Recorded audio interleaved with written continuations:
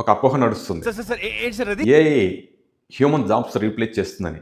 అది మీరు కూడా వినుంటారు. ఏమో సార్ నాకు తెలియదు సార్. అది రియలా కాదనేది ఈ వీడియోలో చూద్దాం. ఫర్ ఎగ్జాంపుల్, మీ ఫ్రెండు మీ ఇద్దరికి ఒక రన్నింగ్ రేస్ పెట్టారు.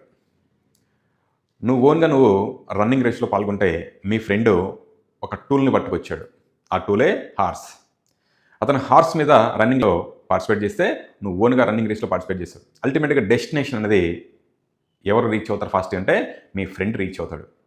ఇదే ఎగ్జాంపుల్ మన ఎంప్లాయీ వర్క్లోకి వెళ్తే మీ ఫ్రెండ్ వర్క్ అనేది ఏఐ టూల్ యూజ్ చేస్తే నువ్వు ఓన్గా చేస్తున్నావు. మీ ఫ్రెండ్ తన వర్క్ చాలా ఫాస్ట్గా కంప్లీట్ చేస్తాడు. నీదనేది చాలా స్లోగా అనేది వర్క్ కంప్లీట్ అవుతుంది. ఇక్కడ మీ ఫ్రెండ్ నీ జాబ్ని రీప్లేస్ చేస్తాడు, ఎందుకంటే అతను ఏఐ టూల్ యూజ్ చేస్తాడు.